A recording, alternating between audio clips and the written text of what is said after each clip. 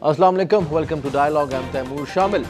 Kashmiris around the world, in Pakistan and also in Azad Jammu and Kashmir and Indian occupied Kashmir are observing accession to Pakistan Day today. This is the 72nd accession to Pakistan Day that is being observed worldwide by the Pakistanis, by the people of Azad Jammu and Kashmir. The people of Kashmir have been fighting for their right to self-determination for the last 72 years. And even before that, they have been fighting the Dogra Raj, and after that, they have been fighting the Indian occupying forces in Jammu and Kashmir. And this resolve is there that they would fight for their right to self-determination. The level of violence that we have seen recently in Indian occupied Kashmir is unprecedented, but the resolve too is unprecedented. We have our special guest with us on the phone call, the President of Azad Jammu and Kashmir, Sardar Masood Khan, with us. Assalamu alaikum. Wa alaikum assalam. Mr. President, thank you for joining us. Today is the 72nd day, 72nd year that the Kashmiris are observing accession to Pakistan Day. This resolve of the people of Kashmir, and what do you think about this resolve and the spirit of Kashmir? You know, right from the beginning, going back to the 1940s, the people of Jammu and Kashmir had decided to join Pakistan and accede to Pakistan. But when the idea of Pakistan became a solid reality in 1947, after the partition plan was announced, they resolved that they would accede to Pakistan. And as a manifestation of that resolve, on 19 July 1947, at the residence of Ghazi Millat Sardar Muhammad Ibrahim Khan, who also became the founding president of Azad Jammu and Kashmir, they decided in Srinagar, and by they I mean the old Jammu and Kashmir Muslim Conference, that the entire state of Jammu and Kashmir would be part of Pakistan. And this dispensation was allowed by the partition plan. But the forces of Maharaja, the Indian National Army, the Indian government, the Viceroy at that time, they all conspired and colluded to stop that link, that unbreakable link that is there between Pakistan and the people of Jammu and Kashmir. You know, this resolution which was passed on the 19th of July 1947, it says that there are so many linkages between Pakistan and the territory of Jammu and Kashmir. They said there's geographical contiguity, there's linguistic similarity. I mean, they speak the same language. Also, ethnically, they were tied to each other. There were these strong bonds of kinship, and the culture, economics. In fact, I mean, the rivers flowed towards this part. I mean, all the rivers from Kashmir flowed into Punjab, and commerce between the two regions was very common. So they said because of these overwhelming factors, the state of Jammu and Kashmir should join Pakistan, but India, through the use of force, occupied the territory, and that forcible occupation of the territory was not accepted by the people of Jammu and Kashmir at that time, and they haven't accepted it up to this day. And if you listen to the slogans being raised in Kashmir today, 71 years later, they're saying,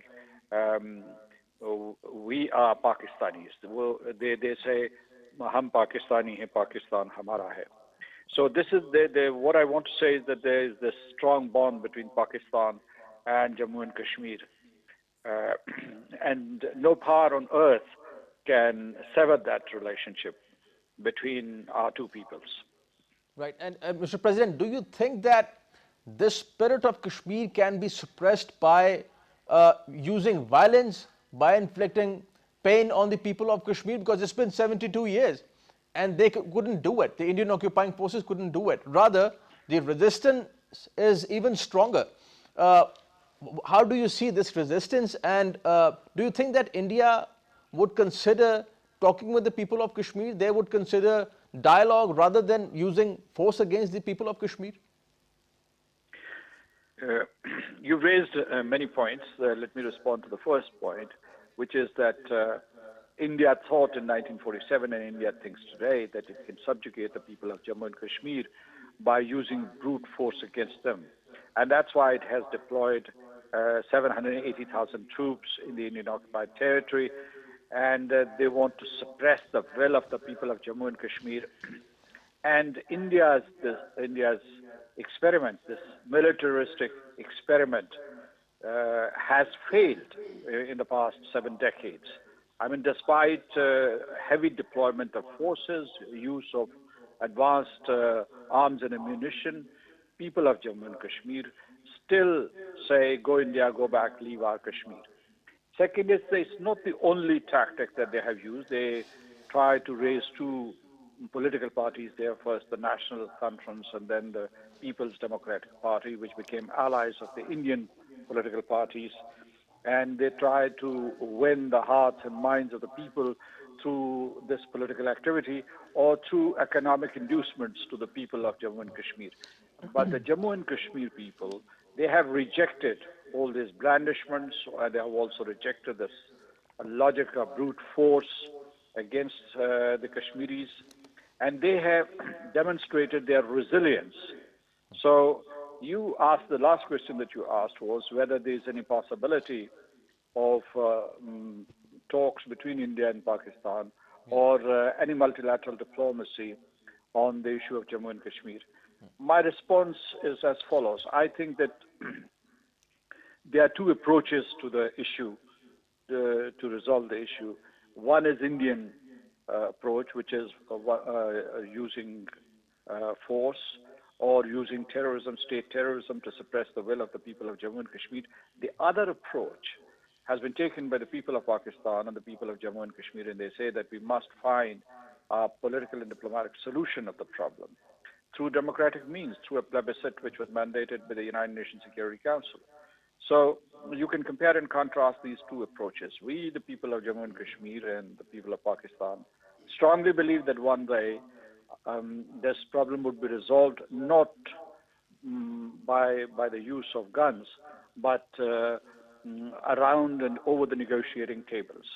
So, I mean, we are on this moral high ground all the time, but India rejects to any overtures which are made by Pakistan because they have fabricated this myth that Jammu and Kashmir is an integral part of India, and they have written this in their constitution. Jammu and Kashmir was never a part of India, and even today it is not part of India by any means. And they also try to demonize the people of Jammu and Kashmir by projecting them as terrorists and militants. But the real militants and the real terrorists are the Indian armed forces who are brutalizing the people of Jammu and Kashmir. Right. And Mr. President, you just mentioned the violence that is being inflicted, let's say, and practiced by the Indian occupying forces. The recent reports by the United Nations Human Rights Commission, what do you think about that? They clearly state that India is using violence against the people of Indian occupied Kashmir, and ambulances have been attacked, schools have been attacked, pellet guns have been used on children for that matter. So these violations of human rights and this report of United Nations, how do you see that? Well, Indian violations have become so egregious and serious that they should be called crimes against humanity, and they should be called genocide or war crimes, in addition to being termed as human rights violations. Yes, there was a report released by the Office of the High Commissioner for Human Rights last year, and a follow-up report has been released today on the day of the third anniversary of the martyrdom of Burhan Wani on the 8th of July. Now, as we all know, India tried its best to block this report in Geneva, but the Office of the High Commissioner herself, Michelle Bachelet, she held her ground, and in accordance with the requirements of the responsibilities of the High Commissioner, this report was issued. Now, what is significant about this report? You know, for years, Kashmiris have been saying that there have been gross and consistent human rights violations against them. And non-governmental organizations, human rights organizations have publishing report after report. Amnesty International, Human Rights Watch, Physicians for Human Rights, they've all been collating this data and presenting it to the governments of the world, but there was no action at all. The significance of this report is that it's the first time in its history that the United Nations human rights mechanisms and the Office of the High Commissioner speaks up regarding the human rights violations taking place in Jammu and Kashmir. And let me tell you that the indictment is sweeping and strong. They say that there's excessive use of force, there's torture, there are killings, they're blinding people, they are using sexual violence and rape as an instrument of war. There is no freedom for expression or rights to health and education and life are being violated wantonly and with impunity. So, and they also talk about how the perpetrators of these crimes get scot-free. They have been given complete immunity from prosecution. So that the reason this report is important, the report released last year and the one this year, and let me also add that last year the British Parliament, all-party parliamentary Kashmir group, also issued a similar report and made similar recommendations. The significance is that it's no more what the Kashmiris are saying or what the people of Pakistan or the people of Azad Kashmir are saying. It is the United Nations which is saying that the human rights violations being committed by Indian occupation troops are very serious, unpardonable, and India for these violations must be held accountable. Mr. President, thank you for joining us. Thank you for your time. Thank you. Thank you for having me. President Azad Jammu and Kashmir, Sardar Masood Khan was with us on the phone call.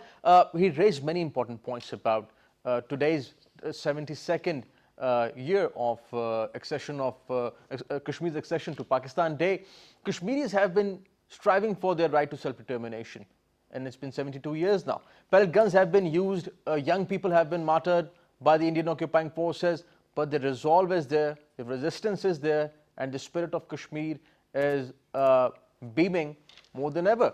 And this continues. We are joined by our special panel today for the issue of Kashmir, this whole thing that is going on in Kashmir, and as I just mentioned, the Kashmir's accession to Pakistan Day. Our first guest is Air Commodore retired Ghulam Mujadid. Dr. Ghulam Mujadid is a renowned senior analyst on the security affairs and also on Pakistan-India relations and on Kashmir. So welcome to the show.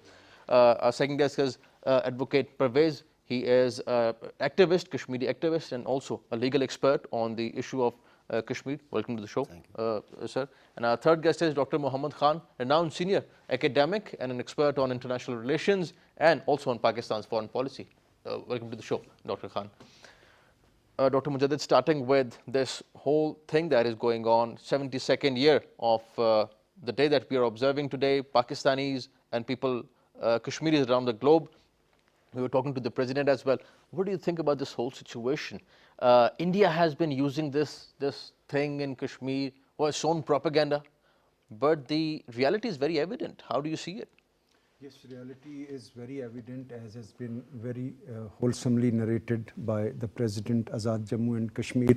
I think his factual analysis of the situation is very, very evident, and that is that India is unjustifiably and illegally, unlawfully occupying a territory whose residents inhabitants, must I say, since last 72 years have expressed their willingness under the scheme of the partition that was to be done and that took place ultimately, that they would join Pakistan.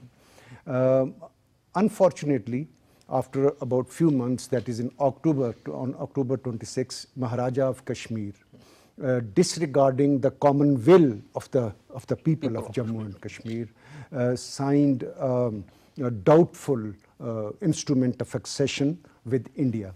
Doubtful, I say, because there is no evidence that there was a process that was followed for the accession and all that. It was probably, a made-up document, it appears. At any rate, the document does not reflect the existing ground realities of the time, where his own people, through this resolution on 19th of July 1947, had requested him that they wanted to accede to Pakistan. Right.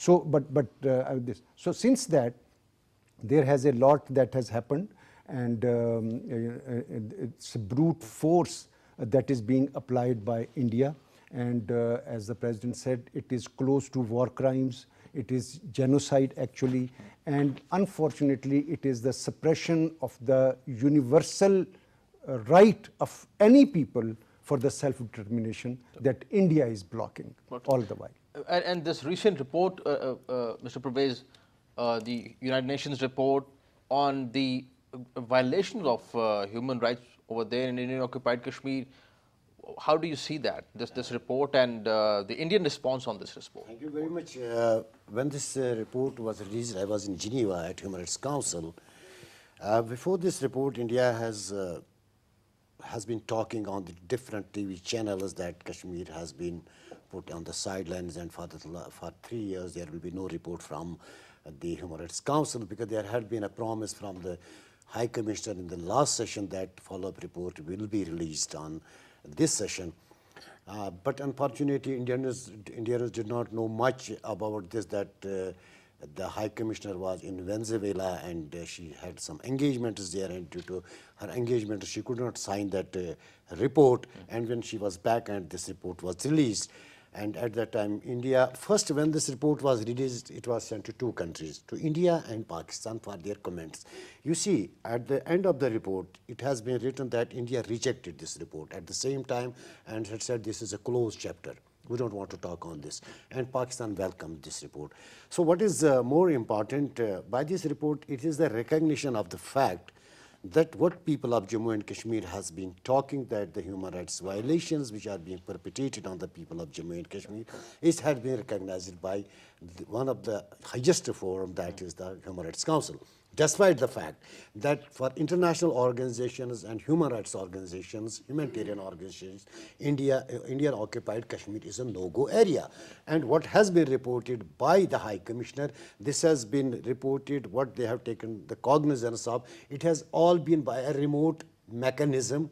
And what has been reported by Indians in their different newspapers, what they have been talking in the parliament, and what have been sent to them by different human rights organizations, few of the human rights organizations, which have a little space in Indian-occupied Kashmir.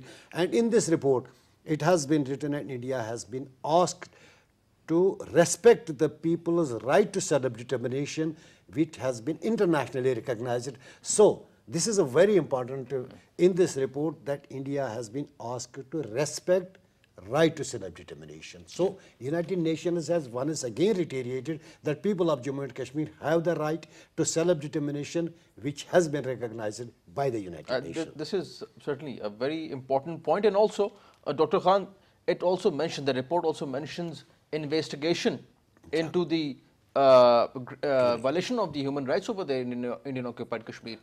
Pakistan stance is that we would really want the investigation to go on, but India is baffled by this development.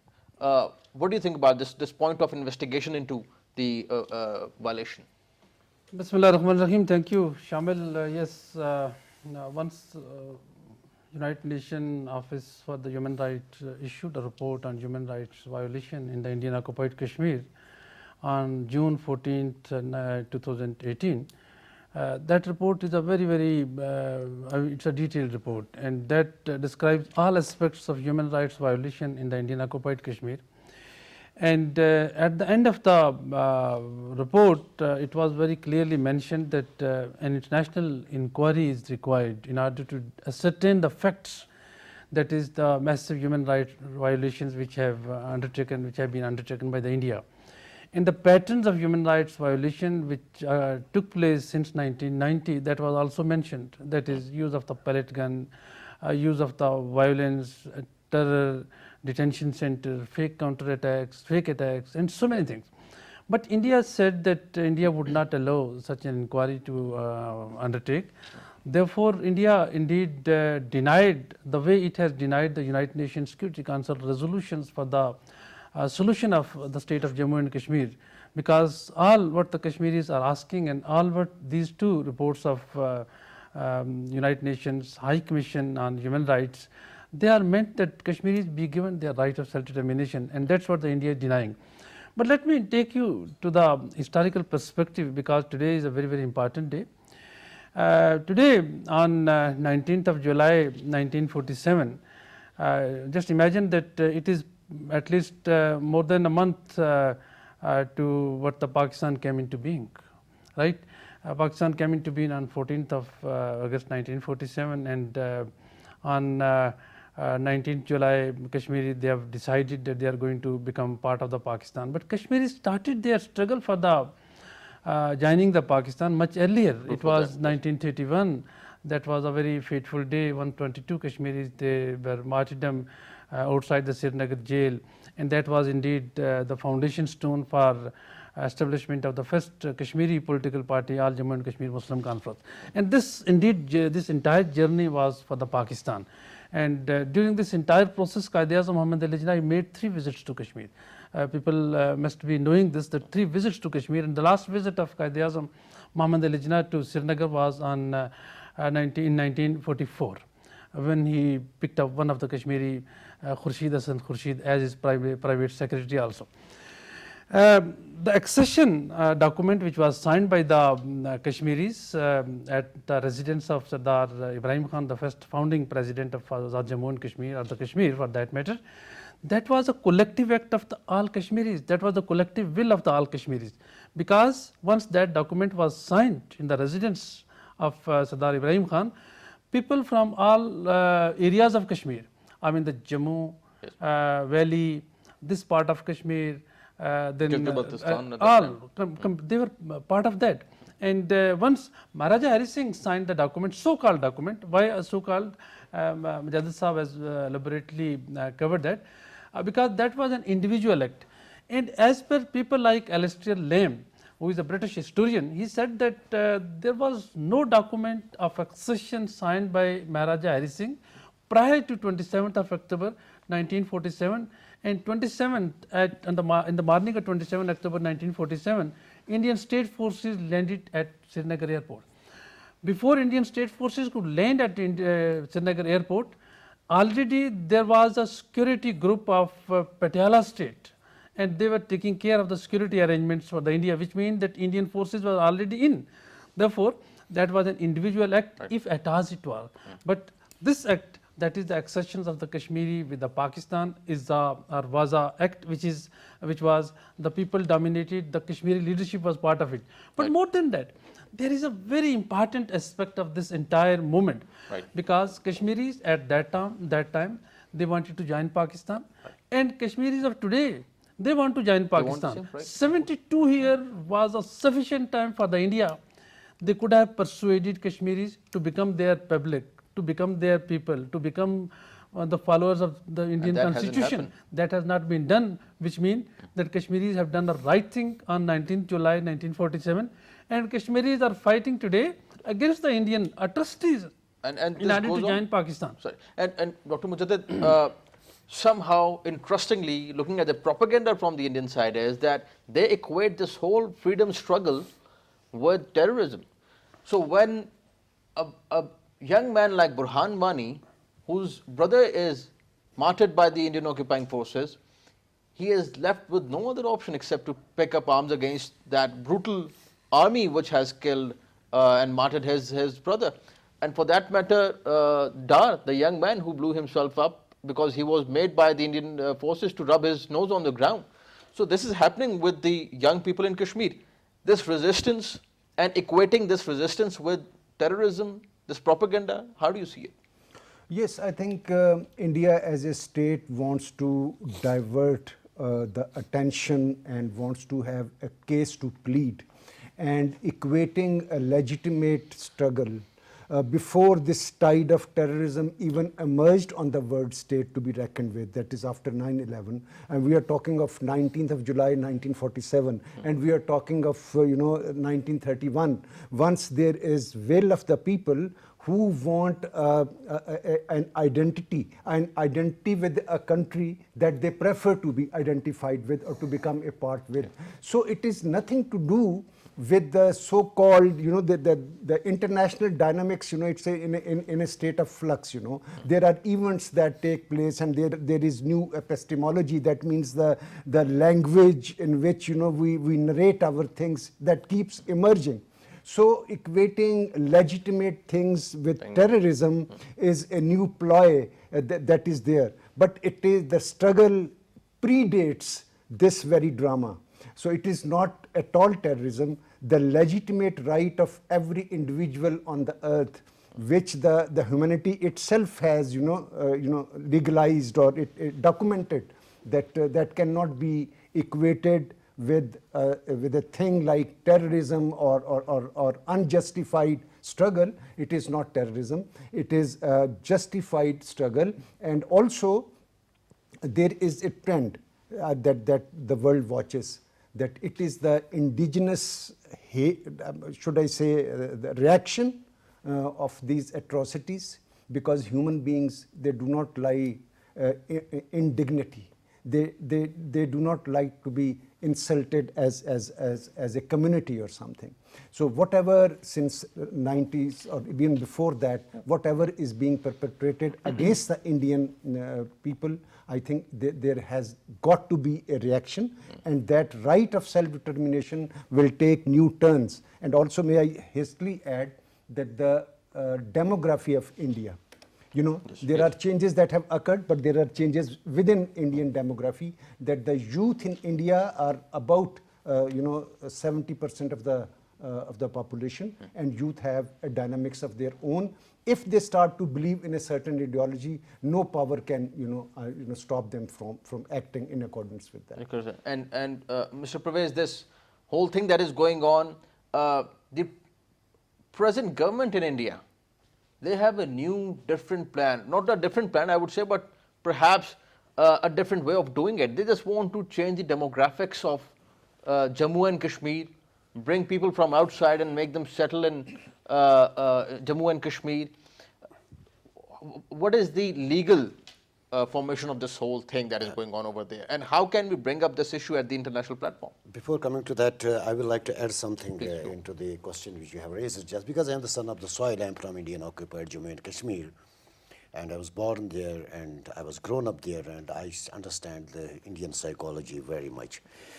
Indian corporate media has been tasked by Indian establishment to promote this freedom, legitimate freedom movement as a terrorism. You see, when the Indian Army chief says it is a dirty war and we have to find innovative ways, what are the innovative ways? You dub them as a terrorist. A stone pelter, he doesn't have any option left. When his parents are being killed, humiliated, he just throws a stone. The stone pelter is dubbed as a terrorist. When Bipin Rawat on one hand says that the total number of freedom fighters is 250, and at the same time you have more than 700,000 troops. Are you not in a position to check them, control them, kill them? You have killed 190 people, as UN report says, in 2018. Now who is left there? If you have on one hand, you are saying that the total number is 250. You have almost killed 190. Then there are 60 people left. For you say there are 800,000 troops. Have you sent them for the picnic there? You see, coming to the second question, there are three people who are dealing with the Kashmir policy at this time in the Indian establishment. One is Narendra Modi, second is Ajit Doval, and third one is Amit Shah. This trika is dealing the Kashmir. The Ajit Doval's doctrine is that you just exhaust the people. Don't talk to them. Once they will be exhausted, this movement will die down. They have experienced it in 2008, 2010, and the same experiment is being repeated at this time. Definitely, they are not ready for the talks and they are not going for any engagement with the Pakistan. But I assure you, and I am 100% sure that circumstances will compel them, because they have, as President of Azad Kashmir has said, that they have used all options. In the recent elections, we have seen in the parliamentary elections, we have seen that there was less number of votes who participated in the election. And coming to this point as the demographic change, there has been a statement today from the governor, Satyapal Malik today. He has said that those Hindus who have migrated, they will be resettled in Jammu and Kashmir. As a member of the All Parties Hurriyat Conference, we always welcome it. But it doesn't mean they should be given that separate dwellings and they will settle them in under the garb of these Hindus. You are going to settle others from other people. Secondly, they have made it clear that they are going to abrogate Article 35A, which guarantees the demography of the Jammu and Kashmir. On one hand, they have changed it challenged it in the Supreme Court of India, and they are going for the legislation. They may get it vet from the governor, who is their frontman there. So there are the chances that they may change that law and they may change the demography, because they know it very well that until and unless they make the demographic changes and they settle the people outside the Jammu and Kashmir, they will not get the favorable results if right to self-determination is exercised tomorrow by the people of Jammu and Kashmir, because they are in the minority and they read it on the wall that people of Jammu and Kashmir have been resisting their occupation and they are not ready to join India at any cost. Dr. Khan, this issue of settlement over there, these are Kashmiri Pandits. And what is the politics, as Mr. Parvaiz just rightly said, what is the politics around this settlement, and what does BJP want from this whole thing that is happening over there? Okay, Shamil, allow me a few more minutes, because this is a very sensitive issue. And if you are really asking me that it's not Kashmiris, they are fighting only for their right of self-determination, but since last few years, they are resisting against these demographic changes. That's something very, very important. Since last few years, or I would say since 2014, Indian government has devised a strategy to bring changes, the demographic changes in the valley. I mean in the Kashmir area, purely the province of Valley, Kashmir. Right. In Jammu province, they have already done it. In Jammu province, in 1941, the last census which were conducted before partition, Muslims were constituting 62%, but today they are constituting around only 32%. This is a huge change. And then there were 6 districts, now they have crafted 4 more districts. Today Jammu has 10 districts, and these 4 more districts, they have been crafted in such a way to depict the Hindu population. And that was clearly evidence or seen that entire Jammu was election was won by BJP, 26 seats from the Jammu province, and that was indeed a drastic change which depicted that India has really made a demographic changes in the Indian occupied Kashmir, particularly Jammu province. That was already done. The same model they wanted to implement in the valley, and in order to implement that, they really need some sort of a cushion, some sort of a supportive elements in that area, but they could not find, because valley is constituting around 95% Muslim population. They are not allowing that. And this entire struggle, the Wani was part of it, they were resisting this. For that, they are devising 4 types of the strategies. Number 1, they want to rehabilitate the Pandits, and these Pandits, they were not expelled by the Kashmiris. They were indeed asked by the Indian army, and then governor of the Indian occupied Kashmir, Jagmohan, that leave this area so that we can brutalize the Muslim Kashmiris with the freedom and to save you, to have a safety of these Pandits. So we should know that these are all Muslims and Kashmiris, and we can launch a operation against them. Those Pandits, they are now today following 2 movements. One is the Punan Kashmir, it is their, definitely they want to get back and all that, it's their right. But the Kashmiris, the Muslim Kashmiris, they are asking them, okay, get back to your parental houses, to your parental areas. We will welcome you, we will offer you with the food, and we will support you, your settlement and all that. Right. Another Indian government strategy is indeed the Bantustan. And Bantustan is a strategy which was followed by apartheid rule in South Africa. Now they want that secure houses, secure colonies for these Pandits. This is the Indian government. and that will be located on strategic areas dividing the Kashmiri communities in order to bring the demographic changes. Then the Indian army, Indian government is doing another business, and that is the Sainik colonies. I mean the Fauji colonies, the retired Faujis, the Sainiks, they are going to be established and rehabilitated in some of the areas in order to make the changes. The fourth thing they are doing, that is allotting the land around the Hindu shrines like Amarnath shrine. 800 canal of the land has already been allotted, and they are the Hindus from all over the India. They will be settled in order to, in the garb of that, they would have an easy passage for the pilgrimage and for their own, I mean the religious activities and all that. But subsequently it is planned that they are going to make the demographic changes in the entire valley. Right. And the Kashmiris today, they are resisting to that. And one important aspect, geospatial ordinance which was announced by the India in 2016, that is meant for something that any Kashmiri raising the voice, just say that we are not the Indian citizen, he or she is going to be kept in detention.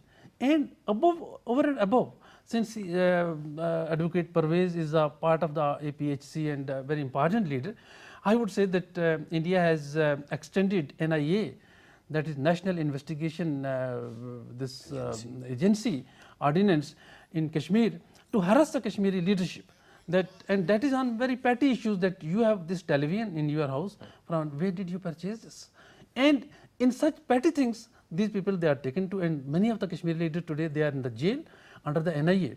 So this is indeed a state of affair in the Indian occupied Kashmir. Right. They are massively making this changes. Now, one particular aspect, I just want to, just a minute, that in July 2014, Indian Prime Minister then Modi, he visited Indian occupied Kashmir, Jammu, Governor House in Valley, and then he went to Ladakh area.